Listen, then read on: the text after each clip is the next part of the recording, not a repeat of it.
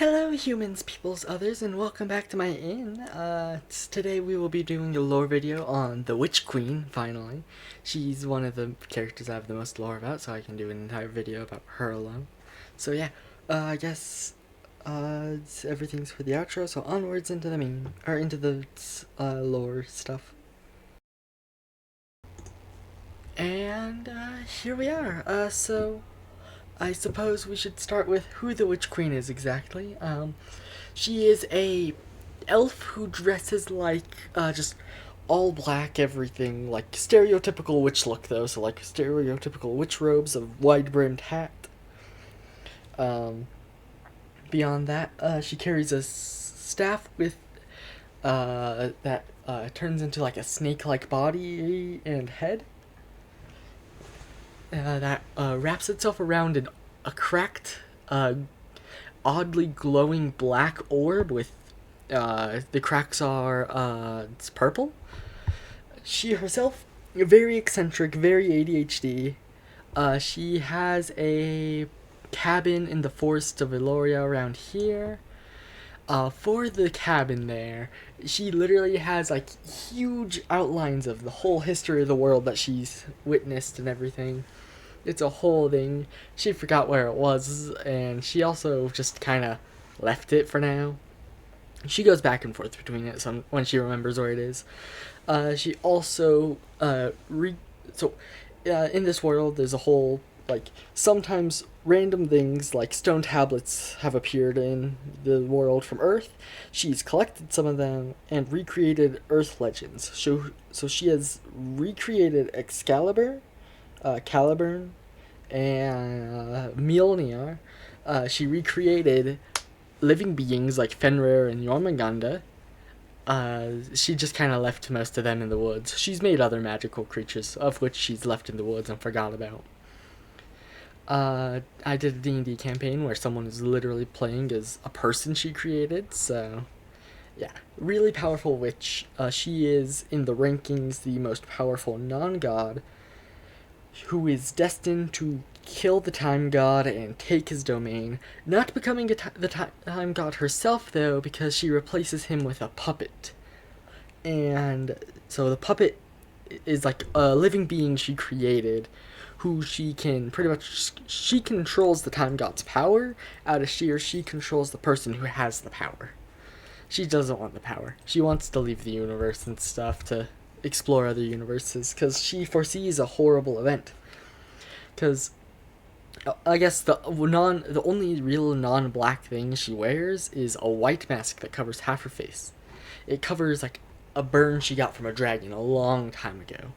Nobody knows that though because she always has the mask, and it does not have an eye hole because it just kind of sits there and shows the entirety of what should I call it? She uses it to see through the future, so she sees all the possibilities of what's about to happen all the time. She carries around a device that allows her to stutter time, in quotes, where it literally pauses time for 10 seconds for her, and then time goes for another 10 seconds, and it repeats that constantly, which is kind of interesting. Beyond that, she is the most powerful mage, obviously. She founded what is considered witchery in most of this world. Her main roaming area is this entire part of the continent. She does not care for the northern part. She has been on this continent, but she doesn't care for it. She's one of the first people to have interacted with the true dragons. Beyond that, though, she is the mentor for Elistara, who kind of helps train her because she needs champions for the future when this great evil she foresees arrives. She's done the most writings for this whole world and stuff. I might end up using her name as like a pen name when I finish writing a book and stuff, because why not? It makes a lot of sense in lore.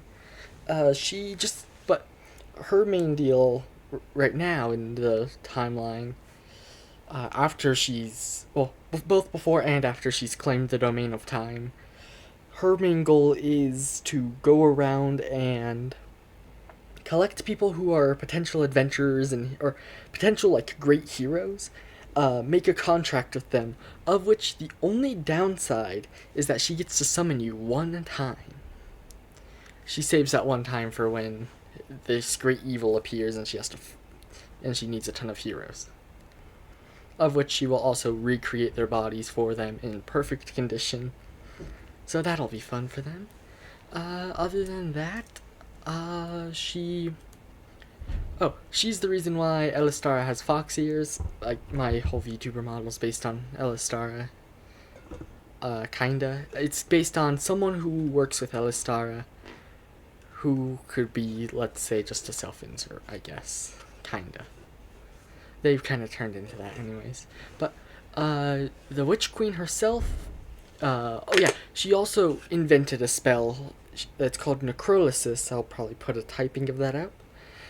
It is very horrifying spell. If someone has a weaker will than, like, to a certain point than her, they just die. Kind of instantly vaporized to nothingness, because what it does is it's very sciencey.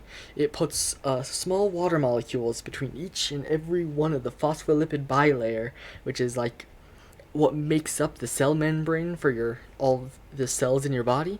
Puts one water molecule in each of them, and the heads of the phospholipid bilayer, which face inwards toward each other, are hydrophobic, so they repel. So the whole idea of the spell is that it will repel the entire cell membranes and rip every single cell apart. So the person she casts it on will feel everything and nothing at the same time, and then they're water. And instantly sent to the afterlife. Yeah, it's kind of a horrifying spell, and I do not need to have that much detail for it, but I think it's cool. So, now I suppose we shall go through, like, her actual, like, history in a more objective sense, instead of, because I'll say what people know in lore and what people don't know. They don't know a lot about her in lore, other than she's really, really powerful. But we'll start with the fact that she was born on, where is it? Which island? Oh, not that one. This island right here. And she left to go to, like, learn magic elsewhere in the world.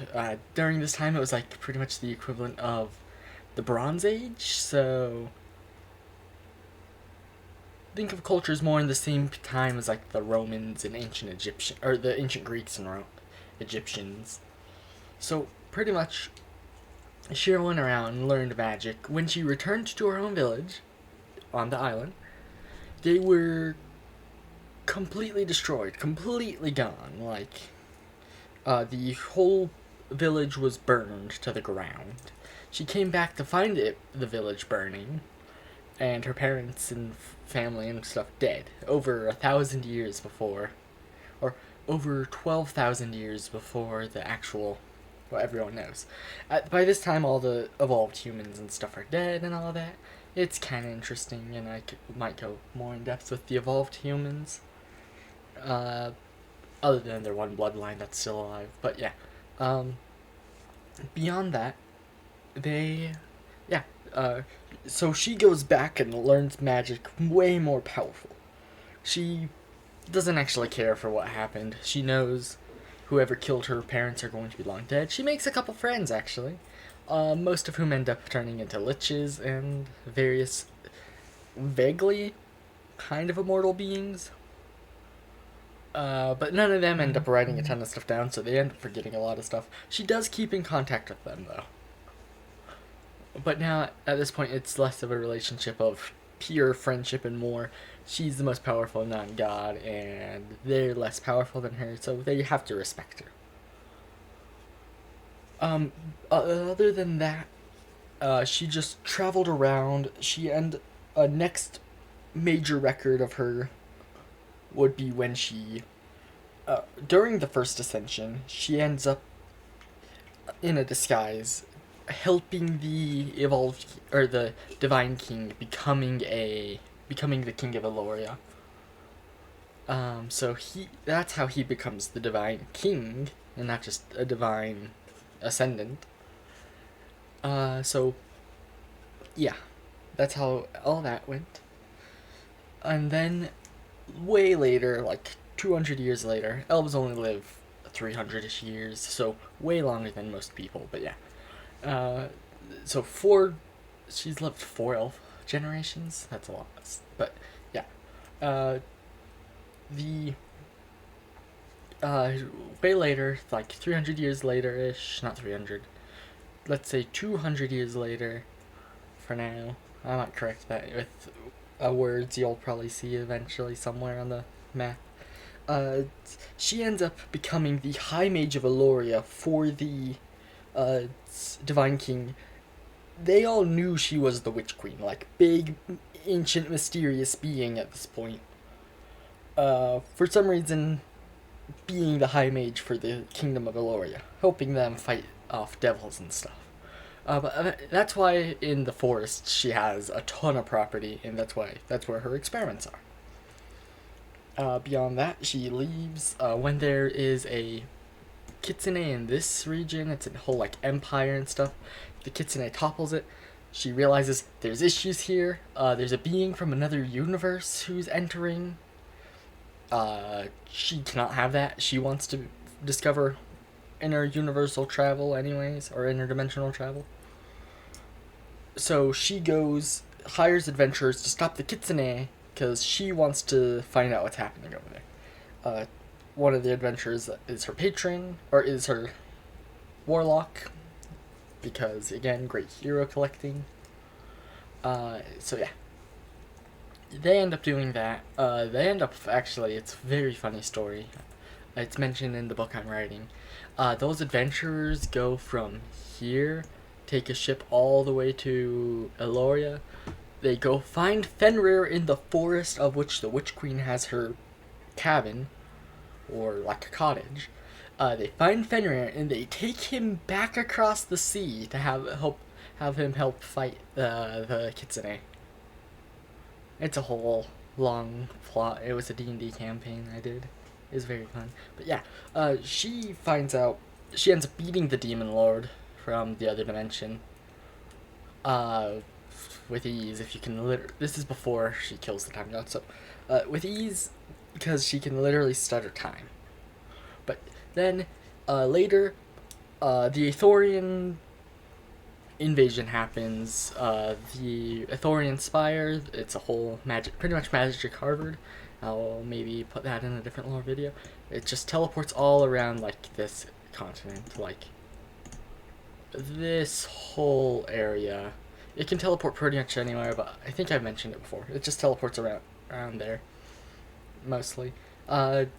She ends up putting a spy within an adventuring party to... they go help the Ithorian Spire. It turns out something's wrong with time and chronomancers, stuff like that. They end up joining the time god, though. So the Witch Queen, in a panic, but also knowing that the Fire God wants to get rid of the Time God, teams up with the Fire God, Phyloth. And they together team up on the Time God. Well, technically, he lends the Witch Queen some power, not much, because she doesn't need it. And she kills the Time God using parts of his divine power, and he fights the adventurers. Technically, his avatar loses, but he would have won if he actually was trying. He just needed to distract them. But yeah, so she claims the divine throne of time, and then refuses to become a god, so she puts a puppet in her place. And his place. But yeah. Beyond that, I believe that is about where my history for her ends. Other than in the far future, she will lead forces of... not chaos, not good, just forces of correctness, I suppose. In her great future, forces she requires to defend said idea for the future. She teams up with gods and stuff in the war for power. And yeah, I believe that is it for her story, and yeah. Beyond that, by the time for the war for power, she will have unlocked interdimensional travel. She's also the one who created the whole, in lore, she created the whole calendar system, so she made the years and all that, and named all the eras. I think I mentioned the name of all the eras in another video.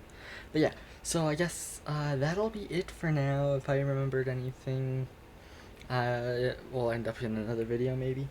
I think I was mentioning how she's responsible for stuff, but yeah. To the outro now. And that'll be the end of the video, so I guess, like, comment what your favorite part of my whole world thing is so far, I guess. Subscribe if you want, probably memes at some point next week, and then, other than that, suppose, I don't know, I might stream at some point in the near future, I hope. I'm oh so close to affiliate, and that would be nice to get on Twitch. Just because I want to mess around with channel point rewards and all that. But yeah, I guess, see you all next video. Bye!